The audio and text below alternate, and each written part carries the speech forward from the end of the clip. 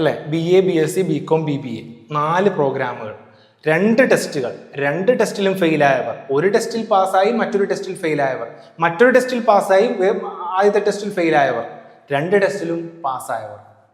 ക്ലിയറായി? നമ്മൾ നേരത്തെ കണ്ടുപിടിച്ചു വച്ച എല്ലാ ഡേറ്റയും ആദ്യത്തെ ചോദ്യത്തിലോ രണ്ടാമത്തെ ചോദ്യത്തിലോ കണ്ടുപിടിച്ച ഡേറ്റ എല്ലാം സേവ് ചെയ്ത് വെക്കണം, 5ാമത്തെ ചോദ്യം ചെയ്ത് തീരണ വരെ. കാരണം എന്താ?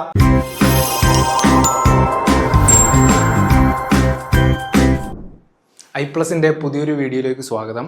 നമ്മളിന്ന് പേപ്പർ 1ന്റെ കഴിഞ്ഞ സൈക്കിളിൽ, അതായത് ഡിസംബർ 2025 ഒരു സെറ്റാണ് ഡിസ്കസ് ചെയ്യാൻ പോകുന്നത്. പേപ്പർ 1ന്റെ 50 ചോദ്യമുണ്ട്. ആദ്യത്തെ 5 ചോദ്യം ഡേറ്റ ഇന്റർപ്രിട്ടേഷൻ, അങ്ങനെ ബാക്കിയുള്ള ചോദ്യങ്ങൾ ഓൾട്ടർനേറ്റീവ് ആയിട്ട് 50 ചോദ്യങ്ങളുണ്ട്. അപ്പോൾ 50 ചോദ്യങ്ങൾ നമ്മൾ ഡിസ്കസ് ചെയ്യാൻ പോവുകയാണ്. അതിൽ ഓരോ അരമണിക്കൂർ വെച്ചിട്ട് നമ്മൾ ഓരോ വീഡിയോ അപ്ലോഡ് ചെയ്യും. അപ്പോൾ അങ്ങനെയാണ് ഡിസ്കസ് ചെയ്യുന്നത്. അപ്പോൾ എങ്ങനെയാണെന്ന് നോക്കാം. അപ്പോൾ ഫസ്റ്റ് തന്നെ നമ്മൾ എക്സാം എടുക്കുമ്പം, നെറ്റിൻ്റെ ഏത് സബ്ജക്റ്റുള്ള എക്സാം എടുക്കുമ്പോഴും ഏത് സബ്ജക്റ്റിനും നമ്മൾ ആദ്യം ചെന്ന് വീഴുന്നത് ഏത് ചോദ്യത്തിലേക്കാണെന്ന് നെറ്റ് എക്സാം എടുത്തിട്ടുള്ള എല്ലാവർക്കും അറിയാം. ഏത് ചോദ്യത്തിലേക്കാണ്? ഡേറ്റ ഇന്റർപ്രിട്ടേഷനിലേക്കാണ്. ആദ്യത്തെ ചോദ്യം എല്ലാവർക്കും സിമിലർ ആണ്. ആദ്യത്തെ 5 ചോദ്യം സിമിലർ ആണെന്ന് പറഞ്ഞു കഴിഞ്ഞാൽ ഡേറ്റ ഇന്റർപ്രിട്ടേഷൻ ആണ് ചോദിക്കുന്നത്. പല സബ്ജക്റ്റുകൾക്കും പല ടൈപ്പ് ഓഫ് ഡേറ്റ ഇന്റർപ്രിട്ടേഷൻ ആയിരിക്കും. അങ്ങനെയാണ് ചോദ്യം വരിക. അപ്പോൾ നമുക്ക് ഈ ഡേറ്റ ഇന്റർപ്രിട്ടേഷൻ നോക്കാം. നമ്മൾ അപ്പം ആദ്യമായിട്ട് ചെന്ന് വീഴുന്ന ചോദ്യം തന്നെ ചെയ്യണമെന്ന് നിർബന്ധമൊന്നുമില്ല, അല്ലേ? നമുക്ക് CBT ആണ്, കമ്പ്യൂട്ടർ ബേസ്ഡ് ടെസ്റ്റ് ആണ്. നമുക്ക് ഏത് ചോദ്യത്തിലേക്ക് വേണമെങ്കിലും സ്വിച്ച് ചെയ്ത് പോകാൻ പറ്റും പെട്ടെന്ന്. വേണേൽ പേപ്പർ 2 ആദ്യം ചെയ്യാം, പിന്നെ പേപ്പർ 1ലേക്ക് വരാം. അല്ലെങ്കിൽ പേപ്പർ 1ന്റെ തന്നെ റീഡിംഗ് കോംപ്രിഹെൻഷൻ ആദ്യം ചെയ്യാം.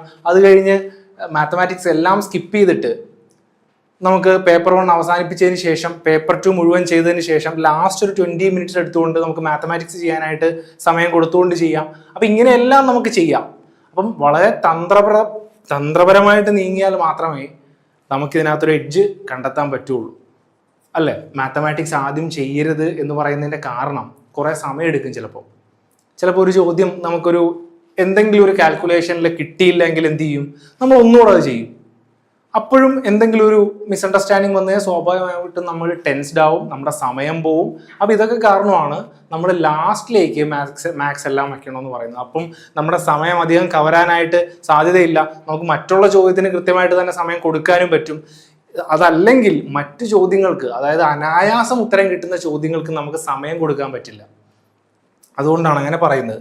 അപ്പം അങ്ങനെ ആ ഒരു പ്രിൻസിപ്പിളിൽ ഊന്നി നമുക്ക് പഠനം മുന്നോട്ട് കൊണ്ടുപോകാം. ഇപ്പം നമ്മൾ ആദ്യം തന്നെ തുടക്കത്തിൽ തന്നെ ഡേറ്റ ഇന്റർപ്രിട്ടേഷൻ ഓർഡറിലാണ് പറയാൻ പോകുന്നത്. ചോദ്യം എന്താ? Study carefully the table given below and answer the question asked here under. A college has 4 programs BA BSc BCom and BBA. The results of the mid semester and end semester test are shown in the table given below. അപ്പോൾ എന്താണ്? ആദ്യം തന്നെ തലക്കെട്ട് വായിച്ച് മനസ്സിലാക്കുക എന്നുള്ളതാണ് data ഇന്റർപ്രിട്ടേഷൻ്റെ ആദ്യത്തെ ജോലി എന്ന് പറയുന്നത്. 4 പ്രോഗ്രാം ഉണ്ട്. BA BSc BCom BBA. അതിന്റെ ഡേറ്റാസ് ആണ് തന്നിരിക്കുന്നത്. The result of the mid semester and end semester test are shown in the table given below. അപ്പം ടേബിളിൽ മനസ്സിലായി 4 സബ്ജക്റ്റ്, 4 പ്രോഗ്രാംസിന്റെ കാര്യം പറയുന്നു. പിന്നെ ആ പ്രോഗ്രാംസിൽ ഓരോ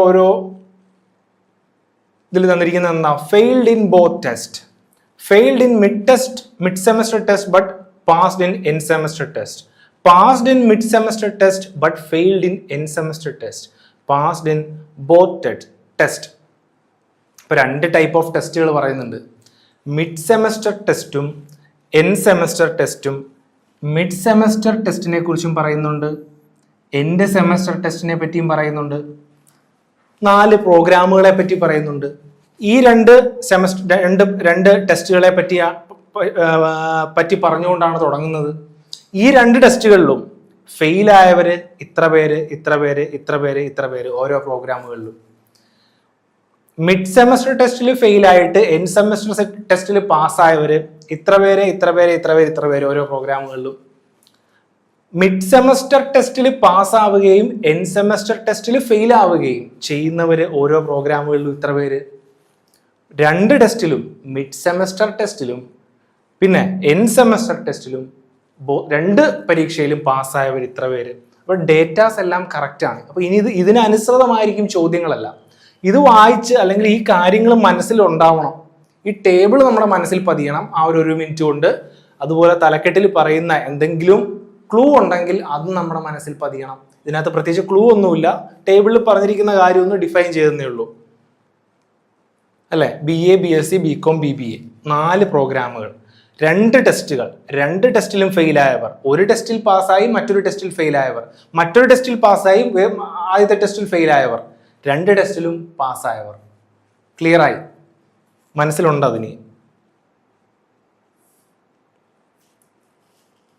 What is the ratio of the number of students in BSc program to the number of students in BCom program? Ratio ചോദിച്ചിരിക്കുന്നത്. ഇത്രയും റേഷ്യോ ഒക്കെ ചോദിച്ചു കഴിഞ്ഞാൽ തന്നെ ദൈവത്തിനോട് നന്ദി പറയണം നമ്മൾ. കാരണം ഇത്രയും സിമ്പിൾ ആയിട്ടുള്ളൊരു കാര്യം മാത്സിൽ വേറെ ഇല്ല. കാരണം എന്താ?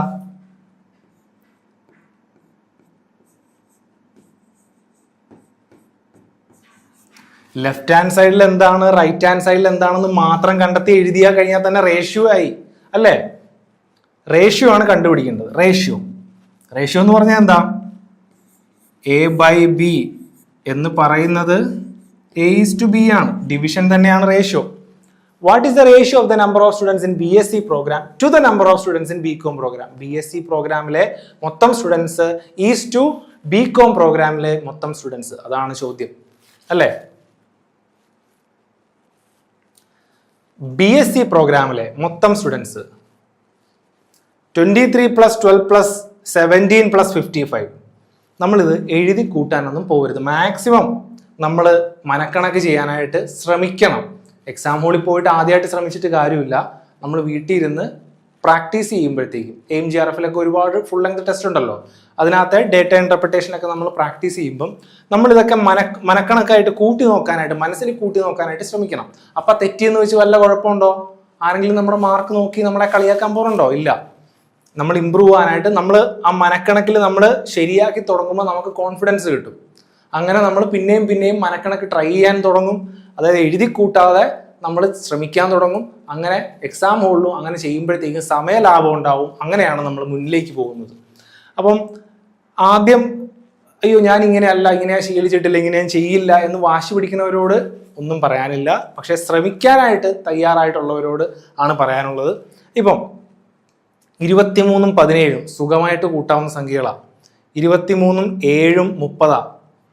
23ഉം 7ഉം 30. 30ഉം 10ഉം 40. 40ഉം 12ഉം 52. 52ഉം 55ഉം 50ഉം 9ഉം 100. 2ഉം 7ഉം എന്ന് പറയുന്നത് 107.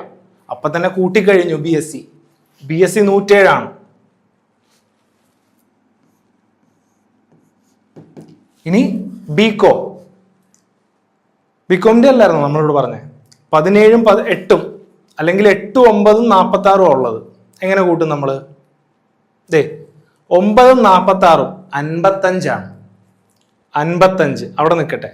17ഉം 8ഉം എത്രയാ? 25. അപ്പൊ 25ഉം 55ഉം എത്രയാ? 25ഉം 55ഉം 80ആണ്. 107:80 റേഷ്യോ കണ്ടെത്തി കഴിഞ്ഞു. ഇതല്ലേ ഉത്തരം? ഇതാണോ ഉത്തരവ്? നമുക്ക് നോക്കാം. ഓപ്ഷനിലുണ്ട് 107:80. കണ്ടോ, അവർ നേരെ തിരിച്ചു തന്നിരിക്കുന്നത് ഓപ്ഷൻ എയിൽ. ഫസ്റ്റ് ഓപ്ഷനിൽ അവർ തിരിച്ചു തന്നിരിക്കുക. അതെ, ഇത് തന്നെ ഉത്തരം. ഫസ്റ്റ് ഓപ്ഷനിൽ എന്തിനാണ് അവർ തിരിച്ചു തന്നിരിക്കുന്നത്? ഈ ഉത്തരം തന്നെ നേരെ തിരിച്ച്, അതായത് ലെഫ്റ്റ് ഹാൻഡ് സൈഡ് കറക്റ്റ് ആയിട്ട് എഴുതാത്തവർക്കും റൈറ്റ് ഹാൻഡ് സൈഡ് കറക്റ്റ് ആയിട്ട് എഴുതാത്തവർക്കും വേണ്ടിയുള്ള ഓപ്ഷനാണ് ഇത്. ഓപ്ഷനെ പറ്റിക്കാനുള്ള ഓപ്ഷനാ. അപ്പൊ പെട്ടെന്ന് വെപ്രാളപ്പെട്ട് ഉത്തരം കണ്ടെത്തി നോക്കുന്നവർക്ക് ഈ ഓപ്ഷൻ കാണുകയും അത് ഓപ്ഷൻ കുത്തുകയും ചെയ്യും. അപ്പോൾ വെപ്രാളപ്പെടരുത് ഒരു കാരണവശാലും. പ്രാക്ടീസ് ചെയ്തിട്ടുണ്ടെങ്കിൽ വെപ്രാളം കുറയുകയും ചെയ്യും. അപ്പോൾ പ്രാക്ടീസ് ചെയ്യാനായിട്ട് മാക്സിമം ശ്രമിക്കുക. 10-30 സെറ്റ്, 10-40-50 സെറ്റ്, ഒരുപാട് സെറ്റുകളുണ്ട് നമ്മുടെ AIMGRFൽ. അപ്പോൾ അത്രയും സെറ്റുകൾ ചെയ്ത് തീർക്കാൻ ശ്രമിക്കുക. അടുത്ത, which program has the highest failure rate in the mid semester test? Highest failure rate in the mid semester test ആണ്. ഹയസ്റ്റ് ഫെയിലിയർ റേറ്റ്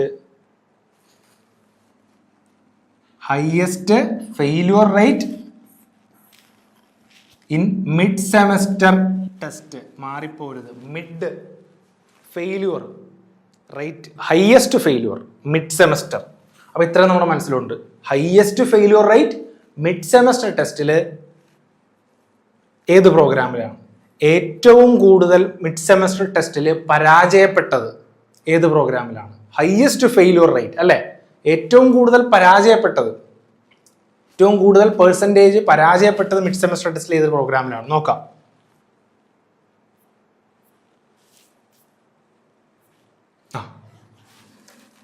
നമുക്ക് ഹയസ്റ്റ് ഫെയിലിയർ റേറ്റ് അറിയേണ്ടത്, മിഡ് സെമസ്റ്റർ ടെസ്റ്റിൽ അറിയേണ്ടത്. മിഡ് സെമസ്റ്റർ ടെസ്റ്റിൽ ഏതൊക്കെ എത്ര പേര് ഫെയിൽ ആയിട്ടുണ്ടെന്ന് നമുക്ക് എങ്ങനെ കാണാൻ പറ്റും? മിഡ് സെമസ്റ്റർ ടെസ്റ്റിൽ എത്ര പേര് ഫെയിൽ ആയിട്ടുണ്ട് നമുക്ക് റേറ്റ് അറിയണ്ട, പെർസെൻറ്റേജ് അറിയണ്ട. മിഡ് സെമസ്റ്റർ ടെസ്റ്റിൽ എത്ര പേര് ഫെയിൽ ആയിട്ടുണ്ട് നമുക്ക് നമ്മുടെ ഡേറ്റയിൽ നിന്ന് കണ്ടെത്താൻ പറ്റുമല്ലോ. ഓരോ പ്രോഗ്രാമിനെയും അപേക്ഷിച്ച് 4 പ്രോഗ്രാമാണ്, 4 ഓപ്ഷനും BA, BSc, BCom, BBA ആണല്ലോ. ഇതിനകത്ത് ഏത് പ്രോഗ്രാമിനാണ് ഹയസ്റ്റ് ഫെയിലിയർ റേറ്റ് ഉള്ളത്? അപ്പൊ BAയിൽ നോക്കിയേ, മിഡ് സെമസ്റ്റർ ടെസ്റ്റിൽ ഫെയിൽ ആയവർ എത്ര പേരാ? 14 പേരില്ലേ? മിഡ് സെമസ്റ്റർ ഫെയിലായി, എൻ സെമസ്റ്ററിൽ പാസ്സായി. പാസ്സായത് നോക്കണ്ട, നമ്മളോട് failure rate in mid semester ചോദിച്ചിരിക്കുന്നത്. 14 പേര് മിഡ് സെമസ്റ്ററിൽ ഇവിടെ തോറ്റു, 28 പേര് ഫെയിൽഡ് ഇൻ ബോത്ത് ടെസ്റ്റ്. അപ്പൊ അതിനകത്തും മിഡ് സെമസ്റ്റർ ഉണ്ട് അല്ലേ? അപ്പൊ 28ഉം 14ഉം 42 പേര് BAയിൽ മിഡ് സെമസ്റ്ററിൽ പരാജയപ്പെട്ടു.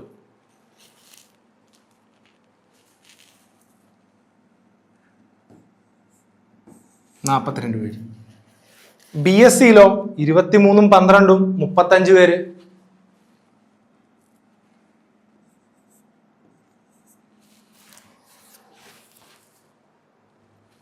BComലോ 17ഉം 8ഉം 25 പേര്. BBAയിലോ 27ഉം 13ഉം 40 പേര്. ഹയസ്റ്റ് ഫെയിലിയർ റേറ്റ് ആണ് ചോദിച്ചിരിക്കുന്നത്. അപ്പോൾ നമുക്ക് എങ്ങനെ കാണാൻ പറ്റും? ഇതിനകത്ത് തോൽവിയുടെ പേഴ്സൻറ്റേജ് കാണാൻ മൊത്തം 42 പേര് തോറ്റിട്ടുണ്ട്. മൊത്തം കുട്ടികൾ ഇത്രയും പേരുണ്ട്. ആഡ് ചെയ്ത് നമ്മൾ കണ്ടതാ BAയിൽ. BA മൊത്തം കൂടെ ആഡ് ചെയ്തപ്പോൾ എത്ര കിട്ടിയത്? നമ്മൾ ആഡ് ചെയ്തില്ല അല്ലേ? BA അല്ല നമ്മൾ ആഡ് ചെയ്തത്. BA മൊത്തം എത്ര സ്റ്റുഡൻസ് ഉണ്ട്? അതിനകത്ത് 42 പേര് പരാജയപ്പെട്ടിട്ടുണ്ട് മിഡ് സെമസ്റ്ററിൽ. അപ്പൊ അതിനകത്ത് എത്രയാ ഫെയിലിയർ റേറ്റ് കാണുക? ഫെയിലിയർ റേറ്റ് എങ്ങനെ കാണാൻ പറ്റും? 42 പേര് തോറ്റിട്ടുണ്ട്, മൊത്തം 100 പേരുണ്ട്. 42/100 × 100 എന്നുള്ളതാണ് കാണേണ്ടത്. അപ്പൊ ഇതിനകത്ത് മൊത്തം എത്ര പേരുണ്ട് എന്ന് ആദ്യം കാണണം. 28ഉം 14ഉം 42 അല്ലെ? 28ഉം 4ഉം 32ആണ്. 32ഉം 10ഉം 42. 42ഉം 6ഉം വേണ്ട, 42ഉം 6ഉം വേണ്ട, 42 അവിടെ നിൽക്കട്ടെ. 6ഉം 64ഉം കൂടെ കൂട്ടാലോ, 70. 70ഉം 42ഉം 112. 70ഉം 42ഉം 112.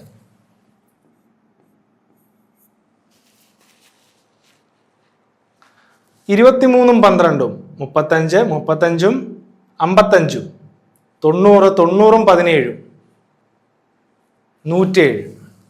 നമ്മൾ നേരത്തെ കണ്ടുപിടിച്ചതാ, നേരത്തെ കണ്ടുപിടിച്ച് വെച്ചതാ. 107 ആണ് ഇത് ആഡ് ചെയ്താലെന്നുള്ളത്. നമ്മൾ നേരത്തെ കണ്ടുപിടിച്ച് വെച്ച എല്ലാ ഡേറ്റയും ആദ്യത്തെ ചോദ്യത്തിലോ രണ്ടാമത്തെ ചോദ്യത്തിലോ കണ്ടുപിടിച്ച ഡേറ്റ എല്ലാം സേവ് ചെയ്ത് വെക്കണം, 5ാമത്തെ ചോദ്യം ചെയ്ത് തീരണ വരെ. കാരണം എന്താ? 1ാമത്തെ ചോദ്യത്തിൽ കണ്ടുപിടിച്ച വാല്യൂ, ഇപ്പൊ ഈ ഉദാഹരണത്തിന് ഈ വാല്യൂ നമ്മൾ ഇത് മൊത്തം കൂടെ കൂട്ടിയാൽ 107 ആണ് എന്ന് നമ്മൾ 1ാമത്തെ ചോദ്യത്തിൽ കണ്ടുപിടിച്ചതാ. അത് 2ാമത്തെ ചോദ്യത്തിലും ആവശ്യം വന്നു, നമ്മളിത് കൂട്ടേണ്ട ആവശ്യം വന്നില്ല. വരരുത്. അങ്ങനെ വരാതിരിക്കുമ്പോഴാണ് നമുക്ക് സമയം ലാഭിക്കാൻ പറ്റുന്നത്. പറഞ്ഞു വന്നത് 1ാമത്തെ ചോദ്യത്തിൽ കണ്ടെത്തിയ ഡേറ്റ എല്ലാം സേവ് ചെയ്ത് വെക്കണം. ചിലപ്പോൾ അത് 5ാമത്തെ ചോദ്യത്തിലായിരിക്കും അതിന്റെ ആവശ്യം വരിക. അപ്പം നമുക്കൊരു A4 ഷീറ്റ് തരും പരീക്ഷയ്ക്ക്. ആ A4 ഷീറ്റ് ബുദ്ധിപരമായിട്ട് വിനിയോഗിച്ചാൽ മാത്രമേ നമുക്ക് ഡേറ്റ എല്ലാം സേവ് ചെയ്ത് വെക്കാൻ പറ്റുള്ളൂ. ബുദ്ധിപരമായിട്ട് വിനിയോഗിക്കുക എന്ന് പറഞ്ഞു കഴിഞ്ഞാൽ ആദ്യത്തെ ചോദ്യത്തിന്റെ വർക്കൗട്ട് 1 എന്ന് എഴുതിയിട്ട് ഇവിടെ ചെയ്യുക, എന്തൊക്കെ ഡേറ്റാസ് ചെയ്യണോ അവിടെ ചെയ്യുക, എന്നിട്ടൊരു വരയിടുക ഇതുപോലെ A4 ഷീറ്റിൽ. അപ്പൊ നമ്മുടെ 1ാമത്തെ ചോദ്യത്തിന്റെ എല്ലാ ഡേറ്റയും ഇവിടെ സേവ് ആയിട്ടുണ്ട്. എല്ലാ വർക്കൗട്ടും, കൂട്ടലും കുറയ്ക്കലും എഴുതലും പിടിക്കലും എല്ലാം സേവ് ചെയ്തിട്ടുണ്ട് ഇവിടെ. അത് കഴിഞ്ഞിട്ട് A4 ഷീറ്റിന് ഇത്രയും വലിപ്പം ഉണ്ടാവുമല്ലോ, 2ാമത്തെ ചോദ്യം ഒന്ന് എഴുതുക, അതിന്റെ വർക്കൗട്ട് ചെയ്യുക, എന്നിട്ട് അവിടെ ഒരു വരയിടുക. അപ്പൊ 2ാമത്തെ ചോദ്യത്തിന്റെ വർക്കൗട്ട് ചെയ്തെടുത്തും സേവ് ചെയ്തു. 3ാമത്തെ ചോദ്യത്തിന്റെ എഴുതുക, സേവ് ചെയ്യുക, ഇവിടെ എഴുതുക, വർക്കൗട്ട് എഴുതുക, സേവ് ചെയ്യുക. അപ്പം എല്ലാ ചോദ്യത്തിന്റെയും ഡേറ്റാസ് നമ്മൾ സേവ് ചെയ്ത് വെച്ചിട്ടുണ്ട്. അപ്പോൾ നമുക്ക് ഐഡന്റിഫൈ ചെയ്യാൻ എളുപ്പമാണ്. ചില കുട്ടികളുണ്ട് A4 ഷീറ്റ് ഇങ്ങനെയാണെങ്കിൽ അവർക്ക് ഡേറ്റ ഇന്റർപ്രിറ്റേഷൻ ചെയ്യുമ്പം അവർ എഴുതുന്നത് ഒന്നാമത്തെ ചോദ്യത്തിന്റെ വർക്കൗട്ട് ഇവിടെ എഴുതും, ഒന്നാമത്തെ ചോദ്യത്തിന്റെ ബാക്കി കുറച്ച് വർക്കൗട്ട് ഇവിടെ എഴുതും, പിന്നെ ഇവിടെ എഴുതും, പിന്നെ ഇവിടെ എഴുതും, പിന്നെ ഇവിടെ എഴുതും. രണ്ടാമത്തെ ചോദ്യത്തിന്റെ വർക്കൗട്ട് ഇവിടെ സ്പേസ് ഉണ്ട്, ഇവിടെ എഴുതും, ഇവിടെ എഴുതും, ഇവിടെ എഴുതും, ഇവിടെ എഴുതും. മൂന്നാമത്തെ ചോദ്യത്തിന്റെ അതുപോലെ തന്നെ ഇവിടെ എഴുതും, ഇവിടെ എഴുതും, ഇവിടെ എഴുതും. നാലാമത്തെ ചോദ്യത്തിലായിരിക്കും ഇതിന്റെ എല്ലാ ഡേറ്റയും കൂടെ ആവശ്യമുള്ളൊരു ചോദ്യം വരുന്നത്. ഈ 3 ചോദ്യങ്ങളിലും കണ്ടെത്തിയ ഡേറ്റാസ് എല്ലാം ആവശ്യമുള്ളൊരു ചോദ്യം നാലാമത്തെ ചോദ്യത്തിൽ വരിക. നാലാമത്തെ ചോദ്യത്തിൽ ആ കുട്ടി എന്ത് ചെയ്യണം? ഈ കണ്ടെത്തിയ കാര്യങ്ങൾ തന്നെ പിന്നെ ഒന്നുകൂടെ കണ്ടെത്തണം. കാരണം എവിടെയൊക്കെ എഴുതിയിട്ടെന്ന് ഒരു പിടിയില്ല. എന്താ കൂട്ടിയത്, എന്തൊക്കെ തമ്മിലാ കൂട്ടിയത്, ഇതിന്റെ വാല്യൂ കൂട്ടിയപ്പോൾ എത്രയാ കിട്ടിയത് ഒന്നും അറിയില്ല. കാരണം ഇങ്ങനെ കിടക്കുന്നത് ഒന്നും കൃത്യമായിട്ടല്ല എഴുതിയിരിക്കുന്നത്. നാലാമത്തെ ചോദ്യത്തിന് ഒന്നാമത്തെയും രണ്ടാമത്തെയും മൂന്നാമത്തെയും ചോദ്യത്തിന്റെ അതേ സമയം നാലാമത്തെ ചോദ്യത്തിനും കൊടുത്താൽ മാത്രമേ ആ കുട്ടിക്ക് ഡേറ്റാസ് എല്ലാം അവൈലബിൾ ആവുള്ളൂ. അപ്പൊ സമയം കൂടിപ്പോയി അല്ലേ? അപ്പൊ ഇങ്ങനെയൊക്കെയുള്ള പ്രശ്നങ്ങൾ, ഇങ്ങനെയൊക്കെയുള്ള ചെറിയ ചെറിയ കാര്യങ്ങൾ ശ്രദ്ധിച്ചാൽ തന്നെ കുറെ നമ്മൾ മുന്നോട്ട് പോവുകയും നമ്മുടെ എന്താണ് പെർഫോമൻസ് നമുക്ക് ഇതിലൂടെ കൂട്ടാനും സാധിക്കും. ഇത് വളരെ ഇമ്പോർട്ടൻ്റ് ആയിട്ടുള്ള 2 കാര്യമാണ്. നമ്മുടെ എക്സാമിന്റെ ക്വസ്റ്റ്യൻ ചെയ്യുന്നതിന്റെ ഇടയ്ക്ക് ഞാൻ പറഞ്ഞതേ ഉള്ളൂ, പെട്ടെന്ന് ഇത് വന്നപ്പോൾ. അടുത്തത് BCom എല്ലാം കൂടെ കൂട്ടുമ്പോൾ എത്ര കിട്ടും? നമ്മൾ നേരത്തെ കണ്ടെത്തിയതാണോ? ആണ്. 55ഉം 25ഉം 80 നേരത്തെ കണ്ടെത്തിയതാ അല്ലേ? BBA എല്ലാം കൂടെ കൂട്ടുമ്പം 27ഉം 13ഉം 40, 40ഉം 15ഉം 55, 55ഉം 70ഉം എത്രയാ? 55ഉം 76ഉം ആണ് വേണ്ടത്. 50ഉം 70ഉം 120 ആണ്. 5ഉം 6ഉം 11 ആണ്, 131. ഇനി നമുക്ക് ഫെയിലുവർ പെർസെന്റേജ് സുഖമായിട്ട് കണ്ടുകൂടെ? 42 പേര് 112 പേരിൽ തോറ്റു. 112 പേരിലെ 42 പേര് തോറ്റെങ്കിൽ എങ്ങനെ എഴുതാൻ പറ്റും?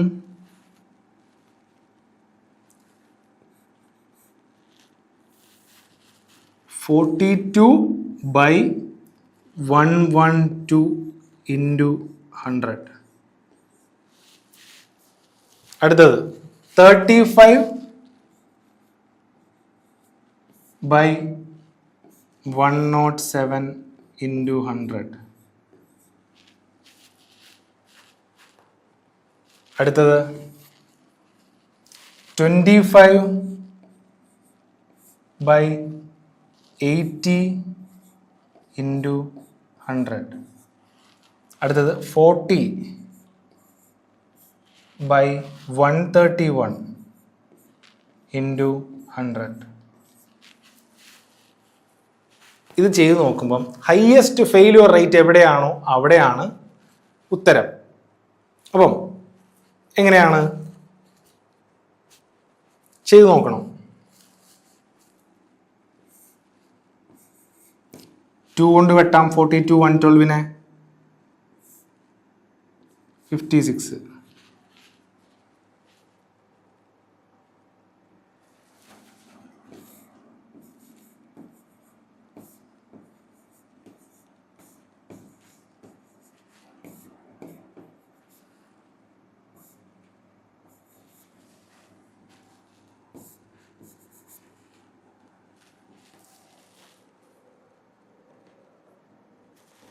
(75/2) എന്ന് പറഞ്ഞാൽ എത്രയാ? 38.5 ആണ് അല്ലേ? 38.5, സോറി 37.5 ആണ്.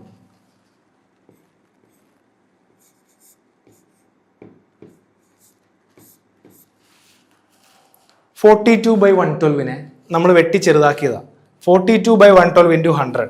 42നെയും 112നെയും നമ്മൾ 2 കൊണ്ട് വെട്ടി 21/56 ആയി. 21/56. 56നെയും 100നെയും വെട്ടി, അതായത് 56നെയും 100നെയും 2 കൊണ്ട് വെട്ടി. അപ്പൊ 50യും 28ഉം ആയി. 50യും 28നെയും പിന്നെ നമ്മൾ 2 കൊണ്ട് വെട്ടി 25ഉം 14ഉം ആയി. 25ഉം 14ഉം. 14നെയും 21നെ നമ്മൾ 7 കൊണ്ട് വെട്ടും. 7ന്റെ മൾട്ടിപ്ലിക്കേഷൻ ടേബിളിൽ 7 2s are 14, 7 3s are 21. അപ്പം 7 കൊണ്ട് വെട്ടിയപ്പം 3യും 2ഉം ആയി. 25 ഇവിടെ ഉണ്ട്. 3 into 25 75 ആ. 75/2 എന്ന് പറയുന്നത് 37.5 ആ. 37.5, അതായത് 30 60 ആണ്. 7.5 7.5 15 ആണ്. അങ്ങനെ 60 15 75. അപ്പം 37.5 ഫസ്റ്റ് കിട്ടി. ഇനി 35 107 100 എങ്ങനെ വെട്ടും? നമുക്ക് ചെയ്ത് നോക്കണം. നല്ലത് 3500 ഡിവൈഡഡ് ബൈ 107.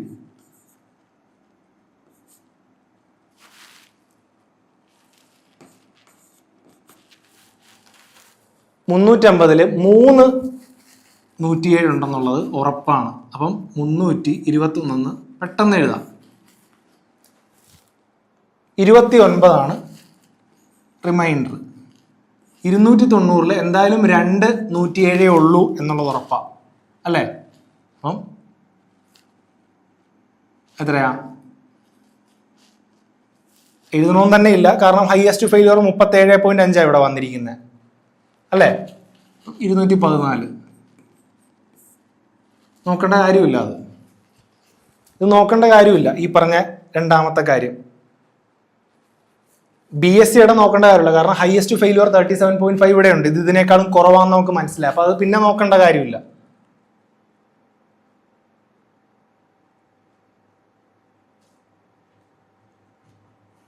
ഓക്കെ,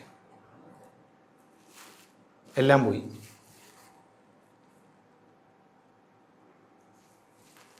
അടുത്തത് 37.5 അല്ലായിരുന്നോ BA?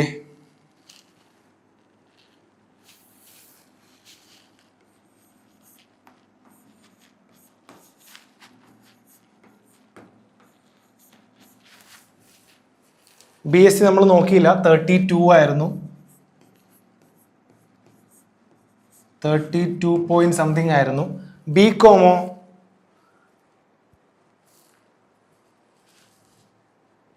55 25 25/80 25/80 into 100.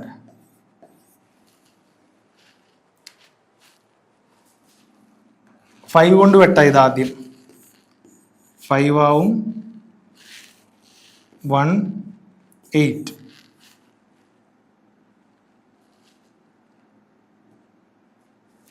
500/18.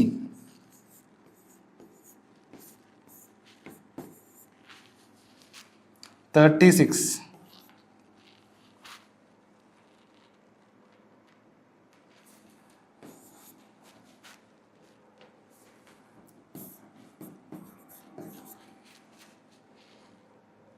എന്തായാലും 2 ആ വന്നിരിക്കുന്നത്. അപ്പൊ ഇതിന്റെ അത്ര ഇല്ല. അപ്പൊ അതൊന്നും നോക്കണ്ട. 2 വന്നപ്പോ തന്നെ നമുക്ക് അവിടെ നിർത്താം, അല്ലേ?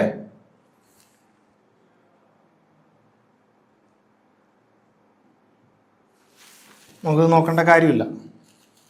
അടുത്തതോ BBA 40 ആണ് ഫെയിൽ ആയവര്. മൊത്തം 131.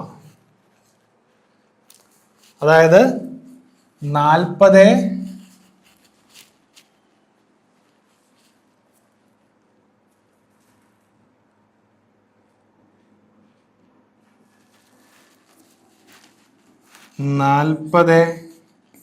40/131 into 100.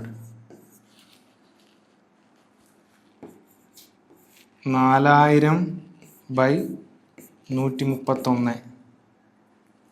4 പോവില്ല, 3 പോവും. 131 into 3 എന്ന് പറയുന്നത് 393 ആ.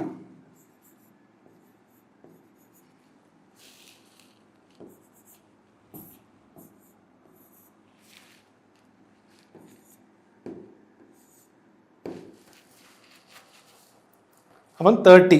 അപ്പൊ അതും വരില്ല. അപ്പൊ അതും കുറവാ. 37 പോയിന്റ് ആണ് BAയിൽ വന്നിരിക്കുന്നത്. അപ്പൊ ഉത്തരം ഏതാണെന്ന് നമുക്ക് നോക്കാം. BA ആണ് ഉത്തരം. ഹയസ്റ്റ് ഫെയിലിയർ റേറ്റ് BAയിൽ അല്ലായിരുന്നോ? 37.5% വന്നത് എങ്ങനെയായിരുന്നു? 75/2 ചെയ്തപ്പം നമുക്ക് 37.5 ആ കിട്ടിയേ, അല്ലേ? ബാക്കി പറയുന്ന BSc 32 പോയിന്റ് ആയിരുന്നു. അപ്പൊ നമ്മൾ പിന്നെ ചെയ്ത് നോക്കിയില്ല. BCom 20 സംതിങ് ആയിരുന്നു, 2 കൊണ്ടാ തുടങ്ങി. അപ്പൊ അതും നമുക്ക് ചെയ്യേണ്ട കാര്യമില്ല, മുഴുവൻ ചെയ്യണ്ട. BBA 30 ആണ് വന്നിരുന്നത്, അപ്പൊ അതും നമ്മൾ ചെയ്ത് നോക്കിയില്ല മുഴുവൻ. ഇത് മാത്രം, കാരണം ഇതാണല്ലോ വലുത്. 37 കുറവുള്ള ഏതാണെങ്കിലും നമ്മൾ മുഴുവൻ ചെയ്ത് നോക്കേണ്ട കാര്യമില്ല. നമ്മളോട് ചോദിച്ചിരിക്കുന്ന ഹയസ്റ്റ് ഫെയിലുവർ റേറ്റ് ആണ്. Highest failure rate BA.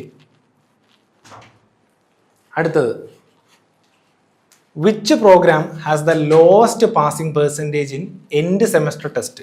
അപ്പൊ ശ്രദ്ധിക്കുക, ചോദ്യങ്ങൾ lowest passing percentage in end semester test.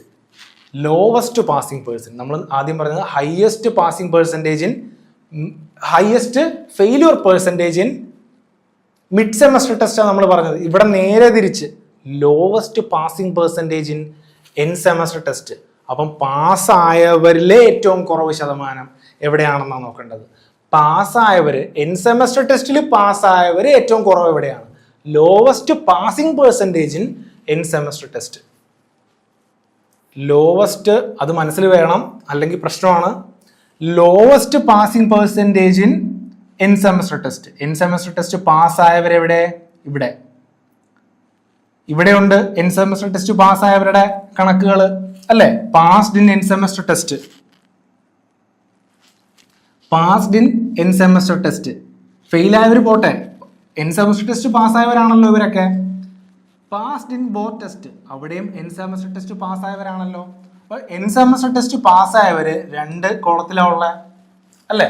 2 കോളത്തിലുള്ള. ചോദിച്ചിരിക്കുന്നത് lowest passing percentage, lowest passing percentage in end semester test. അപ്പം BA മൊത്തം എത്ര പേര് എൻഡ് സെമസ്റ്റർ ടെസ്റ്റിൽ പാസ്സായിട്ടുണ്ട് എന്നെങ്ങനെ കണ്ടെത്തും? 14 64 എത്രയാ? പെട്ടെന്ന് പറഞ്ഞേ, 78. BSc 12 55 എത്രയാ? 67. BCom 8 46 എത്രയാ? 54. BBA 13 76 89. ഇത്രയും നമ്മൾ കണ്ടുപിടിച്ചു. ഇത്രയും പേരാണ് പാസ്സായവർ. ഇനി ഇവരുടെ പേഴ്സൻറ്റേജ് എത്രയാ കാണുക? ഇതിനകത്ത് എല്ലാം നമ്മൾ ആഡ് ചെയ്ത് വെച്ചിട്ടുണ്ടല്ലേ? ഇത് മൊത്തം ആഡ് ചെയ്താ നമുക്കറിയാം എത്ര കിട്ടുക? 112 അല്ലേ? 78/112 ഇൻറ്റു 100. ഇത് മൊത്തം ആഡ് ചെയ്താൽ 107 കിട്ടുക. 67/107 ഇൻറ്റു 100. ഇത് മൊത്തം ആഡ് ചെയ്താൽ 80 കിട്ടുക. 54/80 ഇൻറ്റു 100. ഇത് മൊത്തം ആഡ് ചെയ്താൽ 131 കിട്ടുക. 89/131 ഇൻറ്റു 100. ഇതിനകത്ത് ലോവസ്റ്റ് വരുന്ന വാല്യൂ ആണ് നമ്മുടെ ഉത്തരം. ലോവസ്റ്റ് എത്ര വാല്യൂ വരും നോക്കിക്കേ. എങ്ങനെ വെട്ടാം? 56 50, പിന്നെ 2 ഉണ്ട്, 25 28. പിന്നെ ഇവിടെ 2 കൊണ്ട് വെട്ടാം, 14 39.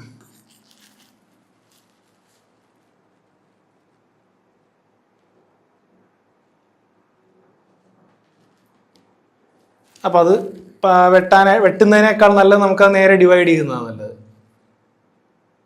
3 കൊണ്ട് പോവോ? ഇല്ല. അല്ലെങ്കിൽ 39/25/14 ചെയ്യണം. നമുക്ക് എന്തായാലും അടുത്ത വീഡിയോയിൽ ഇതിന്റെ ഫുൾ ആയിട്ടുള്ള കണക്കുകൾ പറയാം. അപ്പം ഇതൊന്ന് നോട്ട് ചെയ്ത് വെച്ചേക്കുക. 78/112 ഇൻറ്റു 100, 54/80 ഇൻറ്റു 100, 67/107 ഇൻറ്റു 100, 89/131 ഇൻറ്റു 100. 39, പിന്നീട് 67, 54, 89. ഓക്കെ. അപ്പോൾ അടുത്ത വീഡിയോയിൽ നമുക്ക് ഇതിൻ്റെ ബാക്കി പറയാം. ഇത്രയേ ഉള്ളൂ. Thank you. അടുത്ത വീഡിയോ മറക്കാതെ കാണുക.